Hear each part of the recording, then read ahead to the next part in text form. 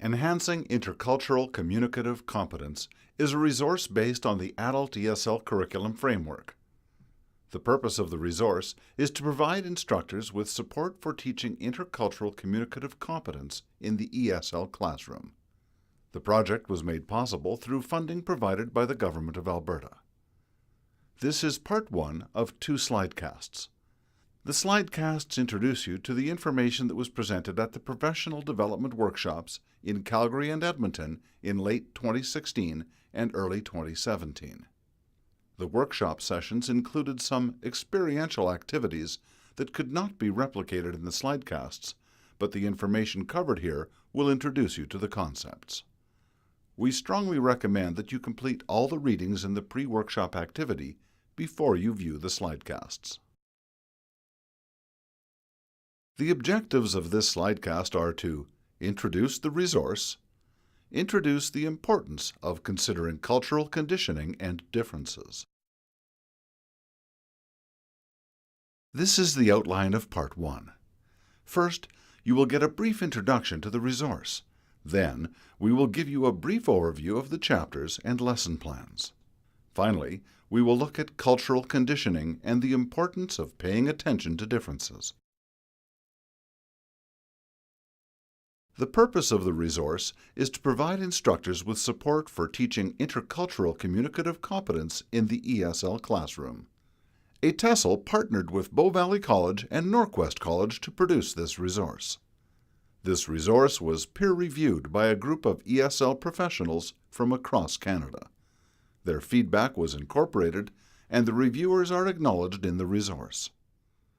Intercultural communicative competence is Section 7 of the TESL Adult ESL Curriculum Framework.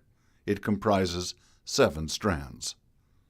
This resource only deals with 4 of the 7 strands, as earlier research showed that the other strands were already being covered in the classrooms in Alberta. Each of the 4 strands that are covered in this resource is addressed by 90-minute lesson plans aimed at CLB levels 5 to 8. While the lessons support the development of ICC, it must be acknowledged that the development of ICC happens over an extended period of time and can take a lifetime to develop. Therefore, it stands to reason that we cannot develop the learner's intercultural communicative competence in a strand in a mere 4.5 hours.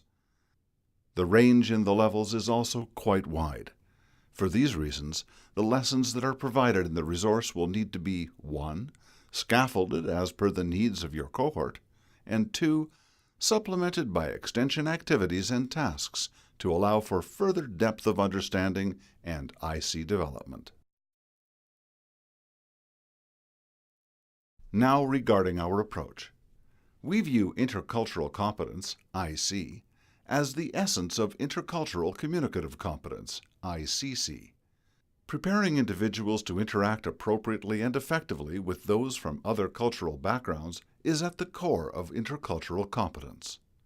Moreover, the development of intercultural competence cannot happen without meaningful interactions and communication with people from other cultures. Also, effective and appropriate intercultural communication can generally only happen when someone has an ethno-relative mindset. Teaching functional and sociolinguistic knowledge is very important to the development of intercultural competence.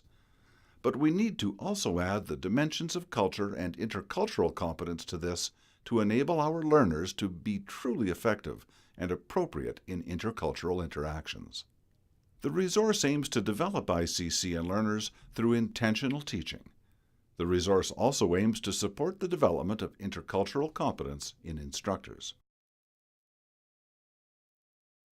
Intercultural learning needs to be intentional, and this is recommended by the TESL ICC framework. To effectively do this, we need to create an awareness that IC is developmental in nature. We also need to work on developing the learner's attitudes, knowledge, and skills. Deerdorf, in the article we read in the pre-workshop activity, details the specific attitudes, knowledge, and skills that are needed for the development of IC. We need to raise an awareness in learners of their own culture as well as an awareness of other cultures. We need to nurture the consideration of both similarities and differences. Taking the learners through several cycles of learning as recommended in the four-stage model in Kolb's experiential learning cycle is also important. This can be done by giving learners an opportunity to have a concrete experience and then give them time to make observations and reflect. Through this, they gain a new understanding and are able to interpret the experience from a new angle or angles. They can then apply this new understanding when they are given another new and purposeful experience. It is important to help take learners through several cycles over a period of time. The 90-minute lesson plans will need to be supplemented with extension activities so that learners are taken through the complete cycle a few times. The resource is available in two formats, an online ebook and a PDF. The PDF can be downloaded from the side menu bar on the online version.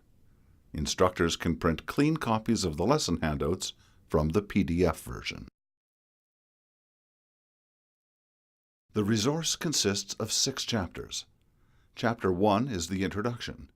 Chapters 2 to 5 address the 4 strands and discuss cultural stereotypes, differences and similarities in values and beliefs, diversity in Canadian cultures, and cultural identity and acculturation. Each of the chapters from 2 to 5 have 3 90-minute lesson plans that address the relevant strand. Chapter 6 consists of resources that support the intercultural development of the instructor. Chapter 1, the introduction, includes the following: Intercultural competence and intercultural communicative competence. Why teach ICC? The Alberta context. Research findings and recommendations on which this resource was built. Introduction to a TESOL Adult ESL Curriculum Framework ICC strands. Objective and layout of the e-book. Using the e-book. Chapters 2 to 5 are laid out like this. There is an introduction and a slidecast that help instructors orient themselves to the lesson and the outcomes. There is a self-assessment checklist to help instructors identify their own readiness. After that, you will find the lesson plan. The lesson plan is divided into 3 main parts: the plan, the procedure, and a lesson reflection.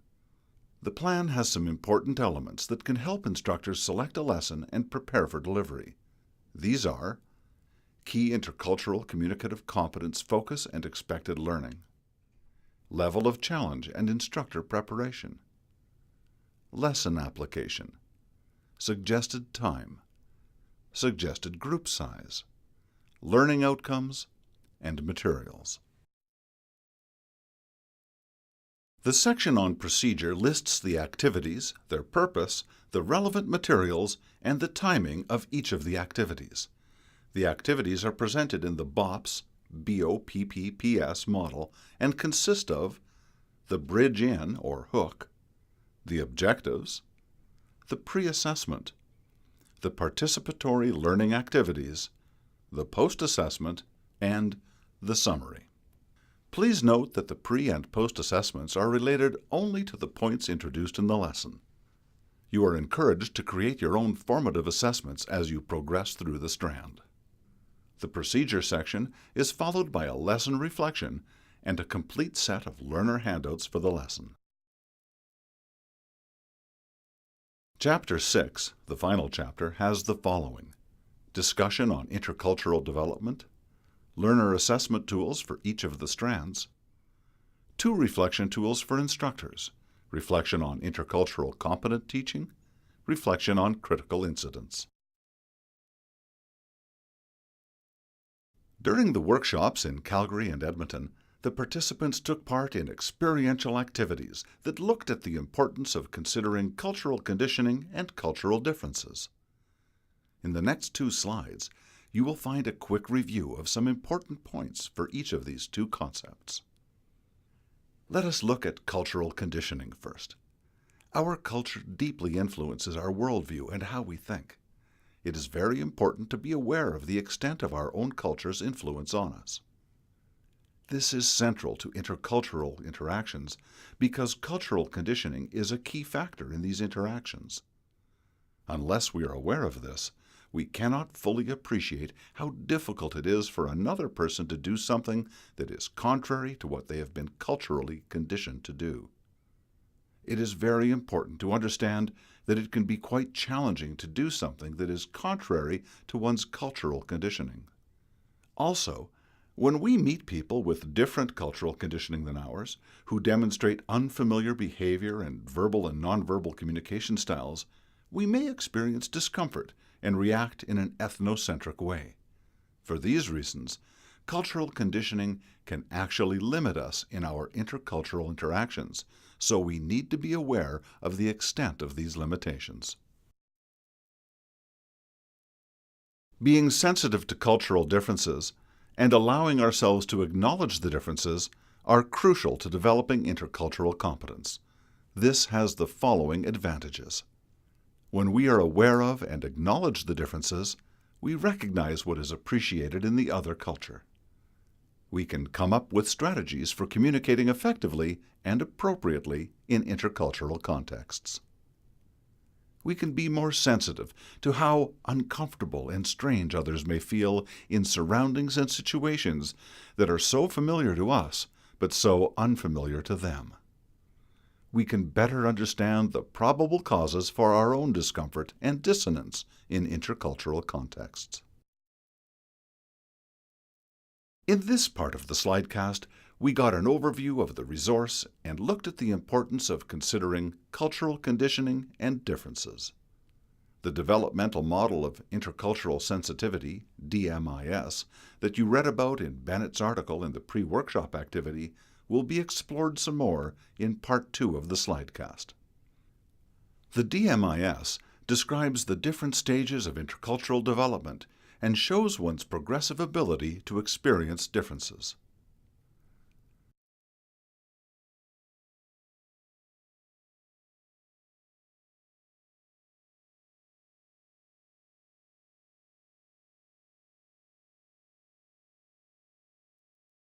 This concludes Part 1 of the Slidecast. Please continue to Part 2.